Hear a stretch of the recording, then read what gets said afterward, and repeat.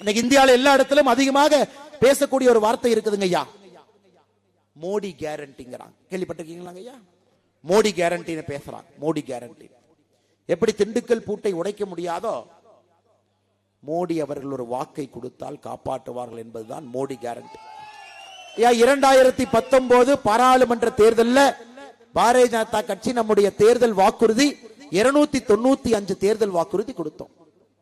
2021 தேர்தல் வாக்குறுதியாக திராவிட முன்னேற்ற கழகம் 511 கொடுத்தாங்க. படிச்சவங்க சகோதரிகள் பெண்கள்லாம் இருக்கு. என்னுடைய அன்பான வேண்டுகோள், அடுத்த ஒரு வாரத்தில் உங்களுக்கு ஒரு 1/2 மணி நேரம் 1 மணி நேரம் வீட்டில் கொஞ்சம் ஓய்வா இருக்கிறீங்கன்னா, பாரதிய ஜனதா கட்சியினுடைய தேர்தல் வாக்குறுதி 2019 ஒரு கையில நீங்க எடுத்துக்கணுங்க ஐயா. 295 வாக்குறுதி நம்ம புத்தகத்தில் இருக்கு. திராவிட முன்னேற்ற கழகத்தினுடைய தேர்தல் வாக்குறுதி 511 இன்னொரு பக்கம்.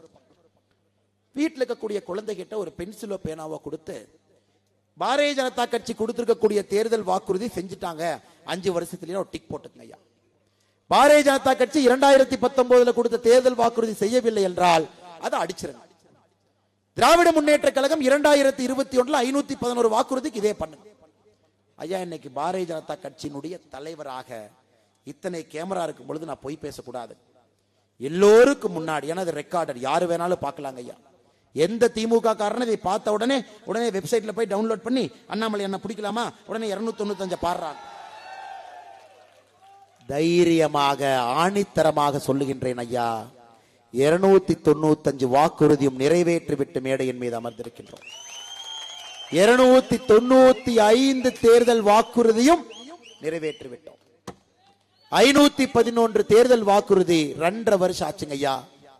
முழுமையாக 20 தேர்தல் வாக்குறுதியை கூட நிறைவேற்றாம இன்னைக்கு முதலமைச்சர் அவர்கள் பொய்யை பேசிக்கொண்டு சுற்றி கொண்டிருக்கின்றார். 99% தேர்தல் வாக்குறுதியை நிறைவேற்றிவிட்டோம்.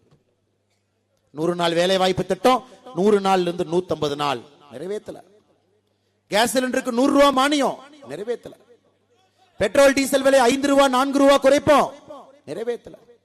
பெண்கள் எல்லோருக்கும் மகளிர் உரிமை தொகை கொடுப்போம் நிறைவேற்றல. கல்வி கடன் தள்ளுபடி செய்வோம் நிறைவேற்றல. நகை கடன் தள்ளுபடி செய்வோம் நிறைவேற்றல. நாங்க ஆட்சிக்கு வந்தா நீட்டை ஒழிப்புன்னு போய் சொன்னாங்க, அதை நிறைவேற்ற கூடாது, நிறைவேற்ற முடியாது. நீட்டு நல்லது நமக்கு தெரியுங்க ஐயா. ஐயா, இன்னைக்கு திராவிட முன்னேற்ற கழகத்தினுடைய முக்கியமான தேர்தல் வாக்குறுதி எதை எடுத்து நீங்கள் படித்தாலும், என் கையில பேப்பர் இருக்குதுங்க ஐயா, கொஞ்சம் அப்படியே நீங்க திருப்பி பார்த்தீங்கன்னா உங்களுடைய சங்கரன் கோயிலுக்கு வாக்குறுதி கொடுத்திருப்பாங்க. அதையும் நான் படிச்சு காமிச்சா நிறைவேற்றிருக்க மாட்டான். எந்த தேர்தல் வாக்குறுதி நிறைவேற்றாம 99% தேர்தல் வாக்குறுதியை நிறைவேற்றி விட்டோம் என்று பொய்யை சொல்லிக் கொள்ளி சுற்றிக் கொண்டிருக்கின்றார்கள். அம்மா, நம்ம தேர்தல் வாக்குறுதி இது மாதிரி இல்லைங்க. நம்ம தேர்தல் வாக்குறுதி எல்லாம் கடினமான வாக்குறுதி. நம்ம ஆட்சிக்கு வந்தா 370 எடுப்போம், எடுத்தோம். நம்ம ஆட்சிக்கு வந்தா முத்தலாக் தடை சட்டத்தை எடுத்தோம். நம்ம ஆட்சிக்கு வந்தா கிராமப்புறத்துல குடிதண்ணீர் பைப்பு மூலமாக வரும் என்று சொன்னோம். 17% இருந்தது, இன்னைக்கு 73% அதை நோக்கி சென்று கொண்டிருக்கின்றோம், நிறைவை நோக்கி. நாம ஆட்சிக்கு வந்தோம் அப்படின்னாங்க ஐயா, பழங்குடியின மக்களுக்காக அரசியல் அதிகாரம் மட்டுமல்ல, தனியாக அவர்களுக்கு நிதி ஒதுக்கீடு சொன்னோம். 10,000 கோடி ரூபாய் பழங்குடியின மக்களுக்காக ஒதுக்கி, இந்தியாவினுடைய இன்னைக்கு இருக்கக்கூடிய குடியரசுத் தலைவி பழங்குடியின மக்கள் இருந்து வந்திருக்கக்கூடிய சகோதரியா. நீங்க எடுத்து படிக்கணும். அரசியலே ஆர்வம் எடுக்கக்கூடிய எந்த சகோதர சகோதரி, குறிப்பாக பத்திரிகை நண்பர், அவர்களுக்கு வேண்டுகோள், பாரதிய ஜனதா கட்சியினுடைய தேர்தல் வாக்குறுதி நீங்க எடுத்து ஒரு படிச்சு பார்த்துட்டு ஒரு ஸ்டோரி எழுதணும். பத்திரிகை நண்பர்களுக்கு அதான் என்னுடைய வேண்டுகோள். 295 நிறைவேற்றிட்டாங்களா? லட்சக்கணக்கான கோடி ரூபாய் நம்முடைய வாக்குறுதிக்காக பாரத பிரதமர் நரேந்திர மோடி அவர்கள் செலவு செய்திருக்கின்றார்கள். லட்சக்கணக்கான கோடி ரூபாய். இது மோடி அவர்களுடைய கேரண்டிங் அம்மா, சொன்னா செய்வார். இன்னைக்கு 2024 நம்முடைய தேர்தல் வாக்குறுதி தயாராகி கொண்டிருக்கிறது. மோடி ஐயா சொல்லியிருக்கிறாங்க, கஷ்டமான முக்கியமான முடிவுகள் எல்லாம் 2024 இருந்து எடுக்க போறோம். நமக்கு இதுவரைக்கும் கஷ்டமான தைரியமான முடிவை மோடி எடுத்திருக்காரு. 370 ஒன்னொன்னும் பாருங்க. ஜிஎஸ்டி, டிமானிட்டைசேஷன், பண மதிப்பீட்டிலிருந்து இருந்து ஒன்றொன்றும் கஷ்டமான முடிவு. இதையே முதல் நம்முடைய பாரத பிரதமர் அவர்கள் எளிமையான முடிவு, கஷ்டமான முடிவு 2024 இந்த நாட்டுக்காக எடுக்க போகின்றேன் என்றால் நமக்கு தெரியும் நதிநீர் இணைப்பு வந்து கொண்டிருக்கிறது என்பது நமக்கு தெரியும்.